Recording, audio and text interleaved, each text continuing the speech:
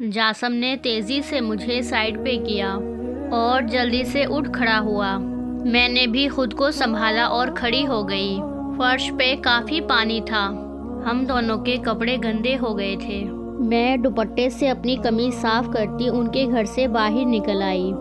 دل ہی دل میں یہ دعا کر رہی تھی کہ خدایا جاسم کی امی نے ہمیں نہ دیکھا ہو۔ گھر پہنچی تو امی نے ووالیہ مچا دیا کہ اتنی دیر کیوں لگ گئی۔ میرے کپڑے کی حالت دیکھ کے سوال پوچھنے لگی۔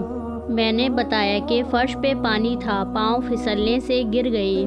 اتنے میں عابدہ آپی بھی ہمارے پاس آ کے کھڑی ہو گئی۔ وہ منہ سے تو کچھ نہیں بولی، لیکن ان کی خوخار آنکھیں بہت کچھ کہہ رہی تھیں۔ میں جلدی سے کمرے میں گئی اور کپڑے بدلے۔ شام تک سارے مہمان ایک ایک کر کے چلے گئے۔ نادیہ آپی اور ان کے شوہر نے بھی اجازت چاہی۔ سب کے جانے کے بعد عابدہ آپی نے بھی تیاری پکڑ لی۔ امی نے انہیں روکا بھی، لیکن ارشد بھائی جانے کے لیے ضد کر رہے تھے۔ جاتے ہوئے عابدہ آپی نے پھر سے مجھے لمبا لیکچر دیا اور میں سر جھکا کے ان کی ساری باتیں سنتی رہی۔ سب کے جانے کے بعد میں نے کھانا بنایا۔ امی اپنے کمرے میں اداس بیٹھی تھی، میں بھی ان کے ساتھ جا کے بیٹھ گئی تاکہ ان کا من ہلکا ہو۔ 10 بجے امی سونے لگی۔ انہوں نے تاکید کی کہ اب نادیہ تو چلی گئی ہے، اس لیے میں اپنے کمرے میں اکیلی سونے کے بجائے ان کے ساتھ ہی سویا کروں۔ امی کی آنکھیں لگی تو میں باہر صحن میں آ گئی۔ جاسم کا میسج آیا ہوا تھا، پکچر ابھی باقی ہے۔ میں نے رپلائی کیا، کون سی پکچر؟ وہی جو آج تم ادھوری چھوڑ کے گئی ہو۔ میں نے غصے والی ایموجی بھیج دی۔ اگلے کئی دنوں تک جاسم رات میں گھر آنے کی ضد کرتا رہا، لیکن میں نے اس کی ایک نہ مانی۔ دوبارہ اسے دہرا نہیں سکتی تھی۔ کچھ دن مزید گزرے تو اس نے باہر کہیں ملنے کی ضد لگا لی۔ میں نے اسے بہت سمجھایا، لیکن وہ میری کوئی بات سننے کو تیار نہ تھا۔ بالآخر مجھے ہی ہتھیار ڈالنے پڑے۔ بازار سے سامان لانے کے بہانے میں اس سے ملنے چلی گئی۔ میں سمجھی کہ آج بھی ہم اسی برگر شاپ پہ جائیں گے، لیکن اس نے کہا کہ نہیں، آج اس کے ایک دوست کا گھر خالی ہے، وہاں چلتے ہیں۔ یہ بات سن کے میں ٹھٹکی۔ میں نے صاف طور پہ منع کر دیا کہ میں وہاں نہیں جاؤں گی۔ وہ مجھ سے ناراض ہوا۔ میں نے بھی ضد ٹھان لی۔ جب اس کی میرے سامنے ایک نہ چلی تو ہم برگر شاپ پہ چلے گئے۔ اس کا رویہ بہت روکھا تھا، میرا بھی لیا دیا سا انداز تھا۔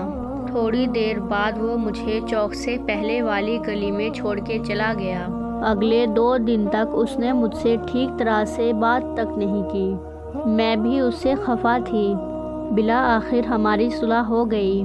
وہ مجھ سے شکایت کرتا رہتا کہ میں اس پہ اعتبار نہیں کرتی، لیکن میرا جواب اب بھی وہی تھا کہ مجھے تم پہ یقین ہے، پر کون جانے کب ہم دونوں شیطان کے بہکاوے میں آ کے غلط قدم اٹھا لیں۔ اگلی صبح جاسم کا فون آیا اور اس نے بتایا کہ وہ کچھ دن کے لیے اپنے دوستوں کے ساتھ پہاڑی علاقوں میں گھومنے کے لیے جا رہا ہے۔ وہاں پہ نیٹ نہ ہونے کی وجہ سے وہ مجھ سے بات نہیں کر پائے گا۔ میں اداس ہو گئی۔ جاتے جاتے اس نے مجھ سے وعدہ کیا کہ واپس آتے ہی اس کا سب سے پہلا کام اپنے والدین کو منانا ہے، اور اس نے یہ بھی یقین دلایا کہ وہ انہیں منا کر ہی رہے گا۔ میں خوش ہو گئی۔ بالآخر اس معاملے میں وہ سنجیدہ تھا۔ میں نے بھی یہی سوچا کہ جہاں اتنے دن انتظار کیا ہے وہاں کچھ دن اور سہی۔ اسی دن شام میں عابدہ آپی کا فون آیا۔ ان کا سب سے پہلا سوال یہی تھا کہ جاسم کے گھر والے کب آ رہے ہیں۔ میں نے جواب دیا کہ جاسم دوستوں کے ساتھ گھومنے چلا گیا ہے، واپسی پہ آ کے وہ اپنے گھر والوں سے بات کرے گا۔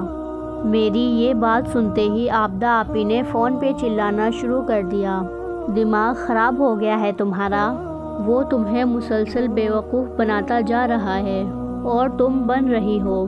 ہوش کے ناخن لو۔ آپی ایسا کچھ نہیں ہے۔ وہ ضرور بات۔ میں جاسم کی سائیڈ لینے کی کوشش کر رہی تھی۔ نادیہ کی شادی کو کتنے دن ہو گئے ہیں؟